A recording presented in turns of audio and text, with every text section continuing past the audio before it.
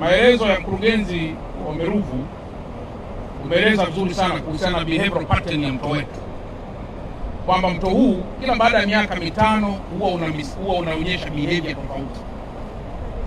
Kwa hiyo kiutaalamu tayari mnafahamu behavior ya mto huu, na kama mnafahamu, maana yake ni kitendo cha kukaa sasa sawa kutokana na kuifahamu behavior hiyo ya mto kupungua na the way forward,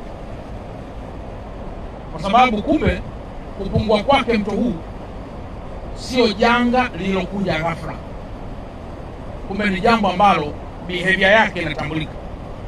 Kwa hiyo kwa kuwa mwenyekiti wa bodi pia upo, nadhani sasa ni muda mwafaka wa kujielekeza kwenye njia za kudumu ili tuweze kuona namna gani tunaweza tukaokoa vizazi vyetu. Lakini jambo la pili,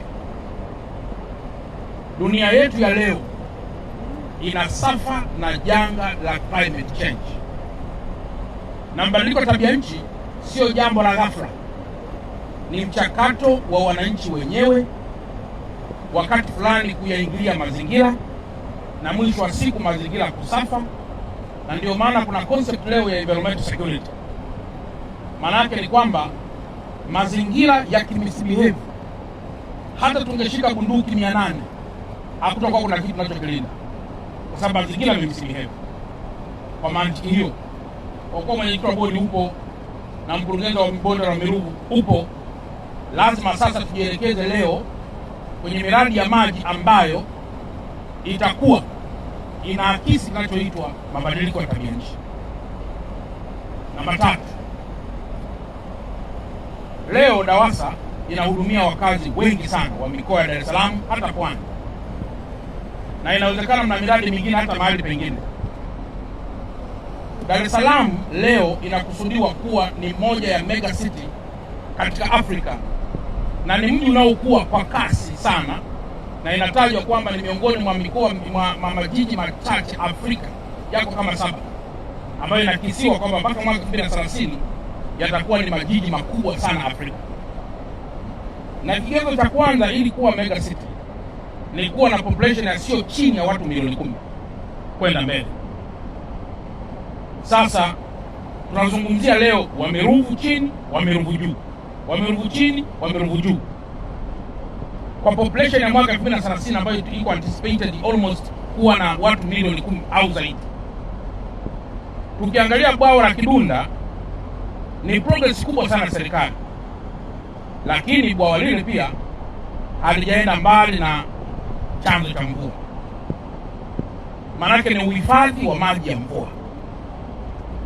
Sasa imagine DAWASA mnaotuhudumia watu zaidi ya milioni 10 kwa hapo ifikapo mwaka 2030, mvua isiponyesha kwa miaka 2, nini kitatokea?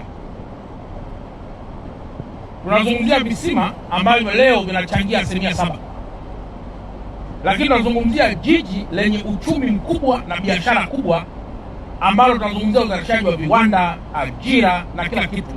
Ikitokea maji hamna,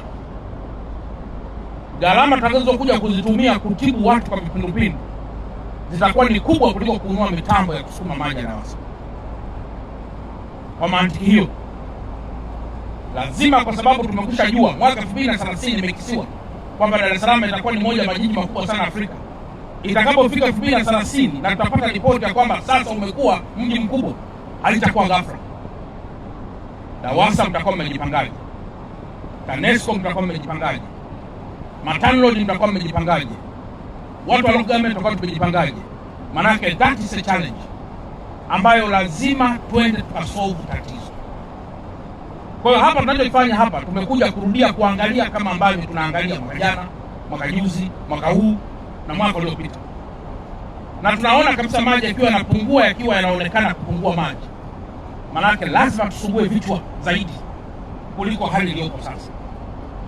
Na kusugua vichwa ni kutumia wataalamu zaidi huko kwenu.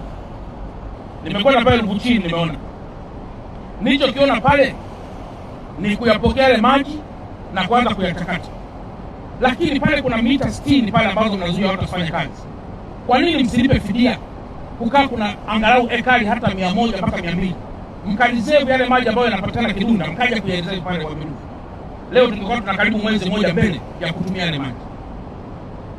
Kwa hiyo hata zile meanders of the river ambayo baadaye tunatengeneza oxborates, baadaye hata river rejuvenate katika masuala mengine huko, ni kwamba kitakachokuja kutokea upotevu hayo maji utapotea, lakini mkiwa na angalau ekari hata 100 200 mkafanya hicho kitu kinachofanyika Kidunda, mkareserve yale maji pale 1 month even 2 months, tutakuwa na hayo maji ya kutulisha Dar es Salaam.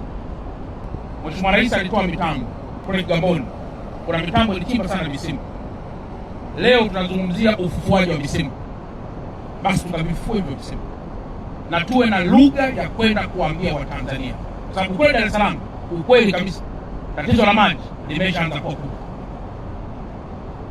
na kama tatizo linaanza kubwa, maanake wataalamu ndio lazima mtuongoze vizuri kwamba sasa tunafanya kitu gani, na why if mwakani kajitokeza the same problem, why if mwaka 2028 tatizo likawa lile lile. Je, tutampinga mwananchi anayesema sisi ni wazembe wa kuchukua changamoto mwaka juzi kuifanyia kazi mwaka huu? Kwa hizo behavior zote zinatusaidia ku anticipate the repertoire ambayo mwisho wa siku itatusaidia kujua mihemko ya wananchi itakuwaje, serikali itakuwaje, na kila kitu kitakuwaje. Huu ni mwanzo mzuri wa kwenda kuinvest zaidi. Hapo nyuma kidogo iliwahi kutokea investment kubwa sana ilienda kwenye usambazaji wa mabomba ya maji. Kuna maeneo mengi leo ukienda mabomba yapo lakini maji hamna.